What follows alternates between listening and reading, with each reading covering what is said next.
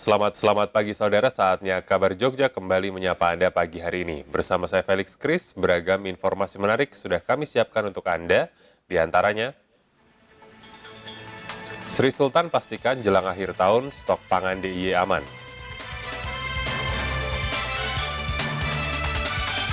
Presiden Jokowi naik kendaraan listrik ke lokasi pembukaan Muktamar. Dokter dan perawat se-DIY tolak RUU Kesehatan Omnibus Law.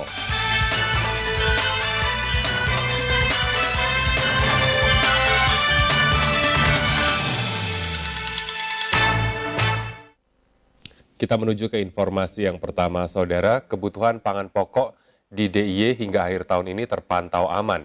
Meskipun terjadi sedikit kenaikan harga, namun dipastikan masih pada tahap wajar dan terjangkau serta tidak ada kelangkaan komoditas. Gubernur DIY Sri Sultan Hamengkubuwono X memastikan hal tersebut saat memimpin operasi pasar bersama TPID DIY di Pasar Beringharjo dan Pasar Keranggan, Kota Yogyakarta. Usai berkeliling menyapa pedagang-pedagang pasar, Sri Sultan berdialog dengan para pedagang di kedua pasar tersebut.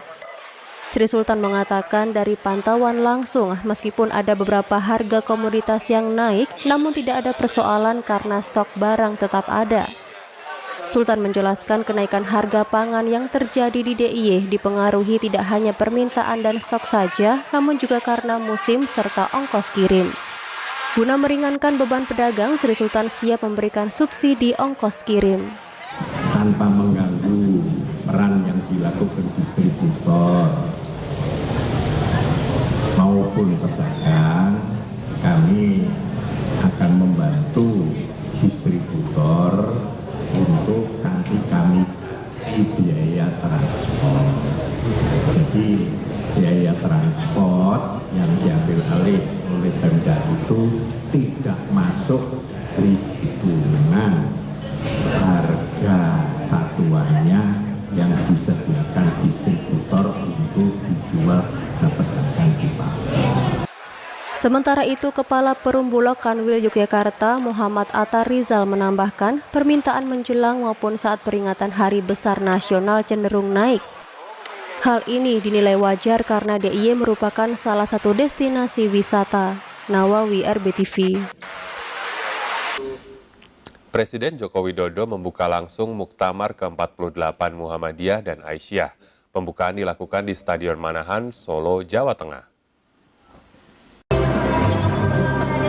Presiden Jokowi datang bersama Ibu Negara Iriana Jokowi ke Stadion Manahan Solo mengendarai kendaraan listrik. Presiden pun berjalan ke panggung utama sembari menyapa peserta muktamar yang memenuhi tribun stadion. Presiden Jokowi ditemani Ketua Umum PP Muhammadiyah Haidar Nasir menyapa pengurus Muhammadiyah dan Aisyah. Dalam rombongan terlihat pula Menhan Prabowo, Gubernur Jawa Tengah Ganjar Pranowo, dan Wali Kota Surakarta Gibran Raka Buming Raka. Presiden Jokowi pun memberi sambutannya dan secara resmi membuka Muktamar ke-48 Muhammadiyah dan Aisyah. Dalam sambutannya, Presiden Jokowi mengaku bersyukur dan terhormat dapat hadir di Muktamar.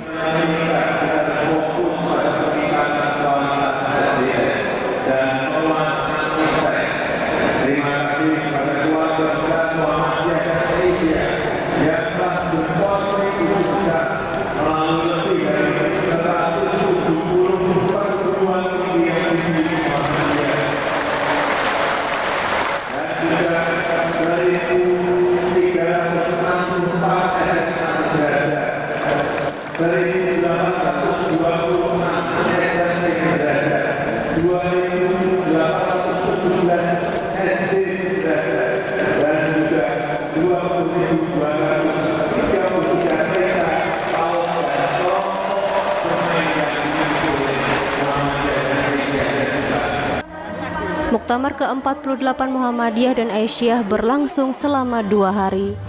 Rizky Budi Pratama, RBTV.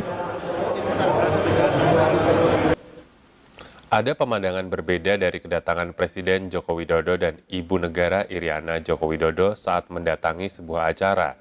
Ya, pada pembukaan Muktamar Muhammadiyah dan Aisyah, Presiden Jokowi menaiki mobil listrik buatan anak bangsa. Presiden Jokowi datang dan pergi dari lokasi pembukaan Muktamar Muhammadiyah dan Aisyah di Stadion Manahan Solo, Jawa Tengah dengan cara yang berbeda. Ya, Presiden Jokowi dan Ibu Negara Iriana datang dan pulang mengendarai kendaraan listrik. Dalam video nampak Presiden dan Ibu Negara keluar dari kawasan Stadion Manahan Solo. Sementara anggota Pas Pampres berjalan kaki mengawal iring-iringan kendaraan listrik tersebut. Kendaraan listrik tersebut adalah kendaraan rakitan anak bangsa. Di bagian belakang kendaraan listrik tertulis Surya Wangsa 2 SMK Muhammadiyah 7 Gondang Legi Malang. Kendaraan listrik tersebut merupakan produk inovatif yang dirakit pelajar Muhammadiyah. Kendaraan tersebut merupakan salah satu produk yang dipamerkan dalam Muhammadiyah Fair dan Muhammadiyah Innovation Technology Expo di The Colomadu. Sementara itu pembukaan Muktamar ke-48 Muhammadiyah dan Aisyah berjalan lancar. Tokoh Muhammadiyah dan tokoh-tokoh nasional hadir menyemarakan Muktamar. Rizky Budi Pratama, RBTV.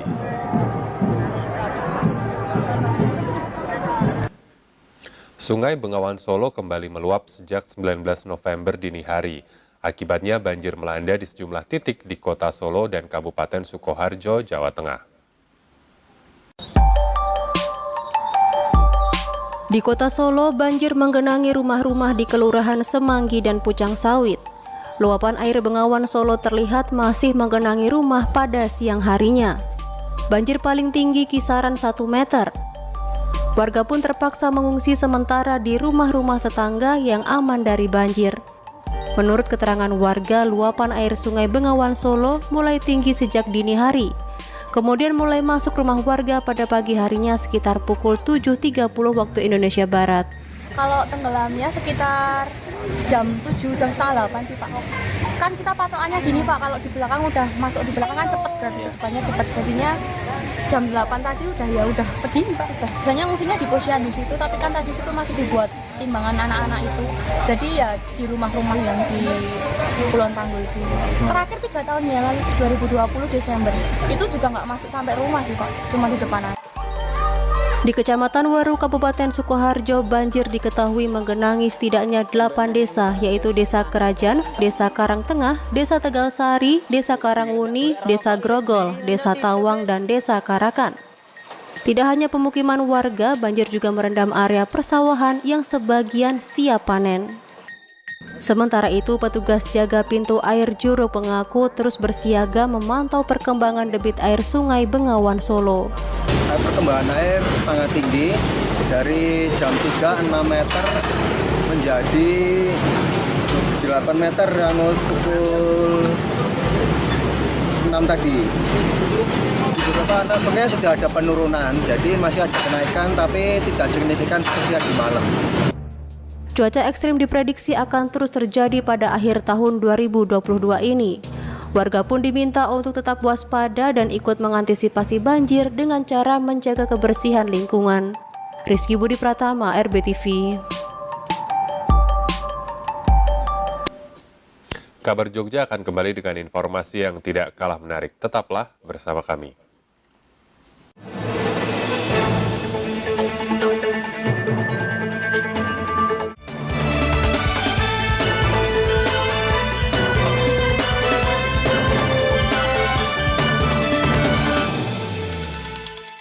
Amicom, a private entrepreneurial model university by UNESCO. International Program 80 International Award. Prodi Prospektif di era ekonomi kreatif. Gold Rame Award dan Grand Prize Sikap. Battle of Surabaya. Universitas Amicom Yogyakarta. Creative Economy Park. Halo penduduk kota Jogja, ada yang sedang berbahagia atas kelahiran anak dan akan mengurus akta kelahiran? Tahukah Anda, Dinas Kependudukan dan Pencatatan Sipil Kota Jogja memiliki inovasi layanan akta kelahiran 3-in-1. Anda akan mendapatkan 3 dokumen kependudukan yaitu akta kelahiran, kartu keluarga, dan kartu identitas anak atau KIA dalam 1 kali layanan. Caranya, Anda cukup membuka aplikasi JSS, pilih menu akta kelahiran, lalu upload foto KTPL, foto KK, foto surat keterangan kelahiran, dan foto akta perkawinan atau buku nikah. Jika dokumen sudah lengkap dan benar, Anda akan mendapatkan resi digital dan permohonan akan segera diproses oleh petugas. Akta kelahiran dan kartu keluarga akan dikirim melalui email dan dapat dicetak sendiri dengan kertas HVS A4 putih 80 gram. Untuk KIA dapat dicetak melalui mesin anjungan Dukcapil Mandiri atau ADM di Mall Pelayanan Publik Balai Kota. Mudah bukan? Ayo kita wujudkan Kota Jogja sebagai kota tertib administrasi kependudukan.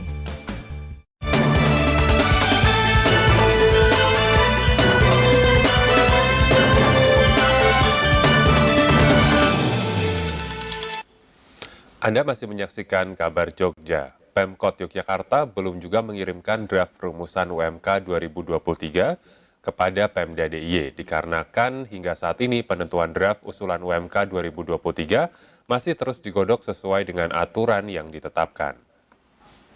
Nanti kan sampai dengan akhir November. Jadi teman-teman dari Dinas Sosial Tenaga Kerja sekarang sudah menyiapkan draftnya, sudah berkoordinasi dengan teman-teman dari usaha, termasuk asosiasi-asosiasi tenaga kerja. Jadi belum ada yang dikirim ke... Belum. Sampai akhir November ini. Kita tunggu aja. Okay. Sejumlah organisasi profesi kesehatan di DIY menolak rancangan Undang-Undang Kesehatan Omnibus Law. Mereka mendesak RUU tersebut dikeluarkan dari program legislasi nasional atau Prolegnas. Ikatan Dokter Indonesia atau IDI dan Persatuan Perawat Nasional Indonesia atau PPNI beserta 4 organisasi profesi kesehatan Daerah Istimewa Yogyakarta menolak rancangan Undang-Undang Kesehatan Omnibus Law. Penolakan tersebut lantaran Omnibus Law menghasilkan rencana undang-undang atau RUU Kesehatan yang tidak lagi melibatkan IDI dan PPNI dalam kebijakan izin praktek dokter dan perawat. Padahal dalam aturan sebelumnya, IDI dan PPNI jadi mitra pemerintah dalam memberikan rekomendasi penerbitan surat izin praktik. Selain itu, kedua lembaga ini juga terlibat banyak dalam sertifikasi dan standarisasi dokter dan perawat, namun dalam RUU Kesehatan Omnibus Law tak mengatur hal tersebut. Menolak secara tegas pembahasan RUU Kesehatan Omnibus Law, marilah kita bersama-sama meningkatkan pelayanan kesehatan kepada masyarakat dengan mengefektifkan dan melaksanakan undang-undang yang telah ada, saling bekerja sama dengan pemerintah pusat daerah, organisasi profesi dan masyarakat.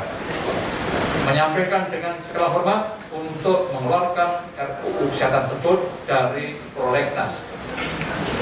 Selain peran IDI dan PPNI yang dibatasi, layanan kesehatan juga dikhawatirkan tidak profesional dengan terbitnya RUU Kesehatan. Sebab peraturan-peraturan pelayanan kesehatan sebelumnya dilebur menjadi satu dalam RUU Kesehatan Omnibus Law. Nawawi, RBTV. PT Permodalan Nasional Madani PNM menyelenggarakan pelatihan Community Leaders serentak di 3 kota, salah satunya di kota Solo, Jawa Tengah. Pelatihan ini guna membekali para pendamping nasabah PNM Mekar dalam mendampingi para nasabah mengembangkan usahanya. PT PNM berkolaborasi dengan Karya Digital Madani atau KDM melalui pengembangan kapasitas usaha atau PKU menyelenggarakan pelatihan Community Leaders. Mengusung tema Insan PNM berkualitas, dukung UMKM Indonesia naik kelas, PNM menyelenggarakan pelatihan bagi 125 orang pendamping nasabah PNM Mekar di Ballroom Hotel Haris, Kota Solo, Jawa Tengah. Pelatihan ini merupakan komitmen pendampingan PNM dalam membangun hubungan emosional dan memberikan dukungan kepada para pendamping nasabah. Pelatihan Community Leaders ini juga sebagai bekal untuk mendapatkan pengetahuan baru yang berdampak baik kepada kemajuan usaha nasabah PNM. Jadi AO sebagai Community Leaders di situ akan menjadi agent of transfer knowledge ya, kepada ibu-ibu pelaku usaha ultramikro yang ada di daerah-daerah. Target jelas bahwa ini semua AO dibekali dengan keterampilan sebagai community leaders, karena setiap AO itu memiliki binaan kelompok-kelompok tadi. Jadi harapannya nasabah-nasabah nanti akan lebih cepat naik kelas dengan diberikan pengetahuan, keterampilan, dan juga jaringan yang dipimpin ataupun dibina oleh teman-teman AO tadi. Pelatihan ini merupakan bentuk kolaborasi PNM PKU dengan KDM yang memfasilitasi pemberian materi beserta program-program media sosial yaitu Bakul, Produk Keren UMKM atau PKU, Belajar Bareng PNM, dan Ngobrol Bareng PNM. Iya, yang pertama pastinya senang, yang kedua kita dapat ilmu juga, dapat bimbingan juga untuk mengembangkan usaha yang dimiliki untuk nasabah tersebut, dan kita dibekali ilmu untuk apa? Untuk kita sebagai leader di situ ataupun ketua di situ untuk membekali ilmu dari yang kita dapat dari acara ini tadi untuk dikembangkan ke nasabah tersebut agar usahanya bisa luas lagi dan lebih besar lagi. Pelatihan Community Leaders PNM digelar serentak di 3 kota yaitu Solo, Magelang, dan Garut. Pelatihan ini juga akan digelar secara nasional. Rizky Budi Pratama, RBTV. 2, 3. Belasan penyandang disabilitas di Kelurahan Bangunkerto, Kapanewon Turi, Sleman mengikuti pelatihan pengolahan jagung menjadi keripik. Melalui pelatihan ini diharapkan penyandang disabilitas mampu menjalankan usaha di sektor industri kreatif. Pelatihan pengolahan jagung menjadi camilan berupa keripik ini diikuti sebanyak 12 orang penyandang disabilitas yang berlangsung di Balai Desa Kantor Kelurahan Bangunkerto, Kapanewon Turi, Sleman. Pelatihan ini merupakan upaya membekali para penyandang disabilitas agar nantinya bisa mandiri menjalankan usaha di sektor industri kreatif sehingga diharapkan mampu meningkatkan perekonomian keluarga. Tidak hanya itu, selama pelatihan digelar, selain materi produksi juga diberikan materi terkait manajemen usaha termasuk pemasaran. Hasilnya akan kita jual ya di pasaran, dan juga nanti akan kita buat wisata edukasi untuk kunjungan. Jadi siapapun bisa melihat proses pembuatan keripik ini di kelompok difabilitas Bangunkerto Turi Sleman. Dengan harapan nanti kedepannya itu teman-teman disabilitas bisa mandiri dan meningkatkan tingkat pendapatannya. Juga terima kasih juga dengan para pembimbing, pendamping, sehingga bisa berjalan dengan lancar dan baik. Nawawi, RBTV. Kami akan kembali setelah jeda berikut, tetaplah di Kabar Jogja.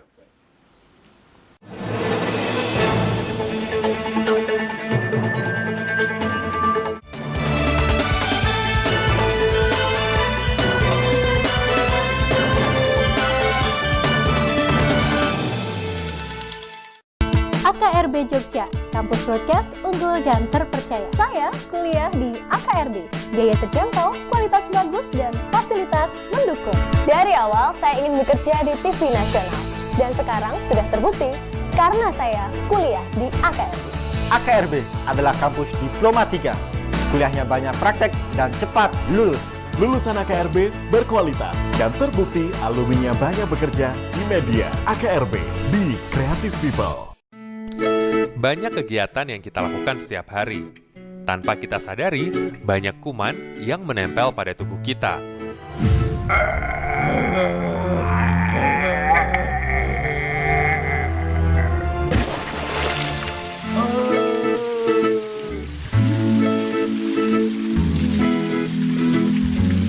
Ayo, biasakan cuci tangan sebelum dan sesudah melakukan kegiatan. Iklan layanan masyarakat ini dipersembahkan oleh RBTV dan Git Solution.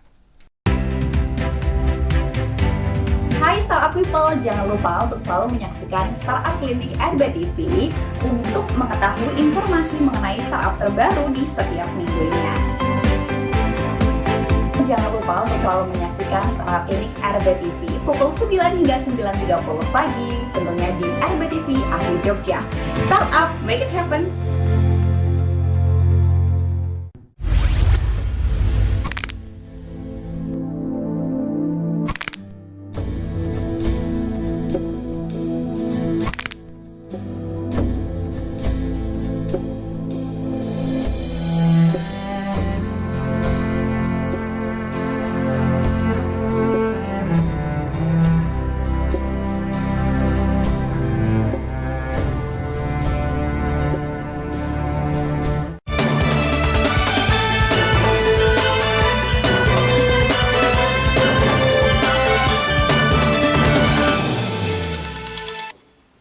kasih saudara, Anda masih menyaksikan Kabar Jogja. Peduli dengan warga sekitar yang kurang mampu, dampak pandemi COVID-19 membuat pengelola Kebun Binatang Gembira Loka Yogyakarta membagikan puluhan paket sembako kepada warga sekitar.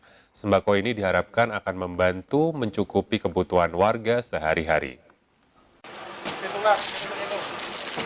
Dengan mendatangi lokasi rumah warga yang berada di sekitar Kebun Binatang Gembira Loka Yogyakarta, puluhan paket sembako berisi kebutuhan pokok seperti beras, minyak goreng hingga mie instan ini diberikan kepada warga sekitar sebagai bentuk kepedulian di hari ulang tahun GL Zoo.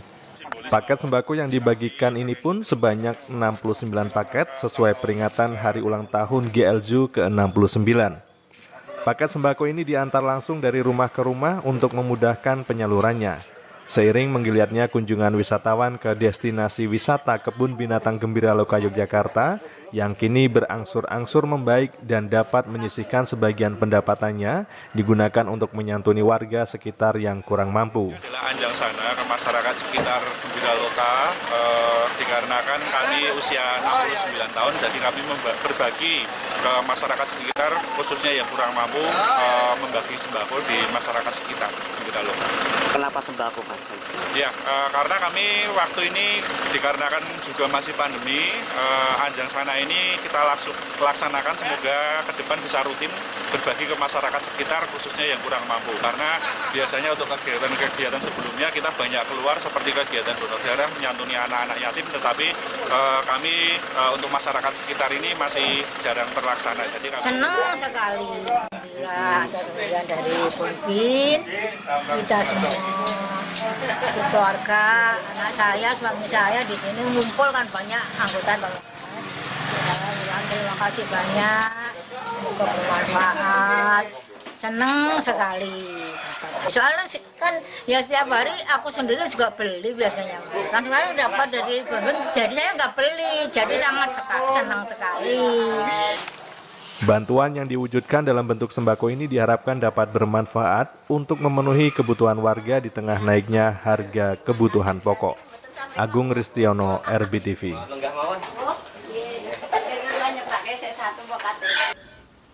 Kegiatan Lokalana Festival diadakan untuk menampilkan ragam kebudayaan dan kreativitas masyarakat Indonesia sehingga memiliki nilai tersendiri.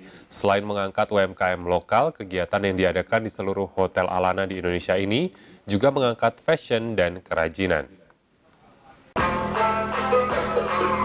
Bersama Dewan Kerajinan Nasional Daerah atau Dekranasda Sleman di Alana Yogyakarta Hotel and Convention Center berhasil mengumpulkan 8 UMKM pilihan yang akan turut serta memeriahkan bazar Lokalana Showcase. Kegiatan yang bertema Lokalana Showcase melokal bersama di Alana Yogyakarta ini mewadahi para penggiat UMKM untuk menampilkan produk-produk unggulan yang nantinya dipamerkan di sepanjang area lobi hotel. Nggak usah jauh-jauh impor dari luar negeri itu ya. Jadi untuk kerang, untuk mebelnya, ini kami sarankan beli produk lokal sehingga ekonomi di Yogyakarta ini tetap maju. Pada kesempatan ini juga ditampilkan beberapa brand lokal dengan harapan dapat menjadi sarana bagi pelaku UMKM untuk melebarkan sayap bisnis mereka, mendorong perekonomian di daerah, dan mengangkat nilai-nilai kebudayaan lokal. Maka di kesempatan ini di Alana Yogyakarta Convention Center bekerjasama dengan beberapa brand lokal dan UMKM di daerah Sleman dan Yogyakarta menampilkan koleksi dan karya-karya anak bangsa dalam bentuk fashion show dan bazar yang harapannya dapat menjadi sarana bagi pelaku UMKM untuk menebarkan sayap bisnis mereka, mendorong perekonomian daerah dan meningkatkan nilai-nilai kebudayaan lokal. Harapannya ya batik bisa mendunia, itu aja sih, biar anak-anak muda itu, walaupun makanya seperti ini saya tampilkan di fashion show itu, biar anak-anak muda tuh lebih banyak bisa memakai batik dengan desain-desain yang lebih ringan gitu, nggak terlalu berat seperti yang tadi saya tampilkan, seperti itu aja. Kadir, RBTV. Untuk memberikan edukasi kepada masyarakat tentang pembuatan jamu tradisional dengan racikan yang tepat, Kelurahan Purwokinanti mengadakan kegiatan pelatihan pembuatan jamu.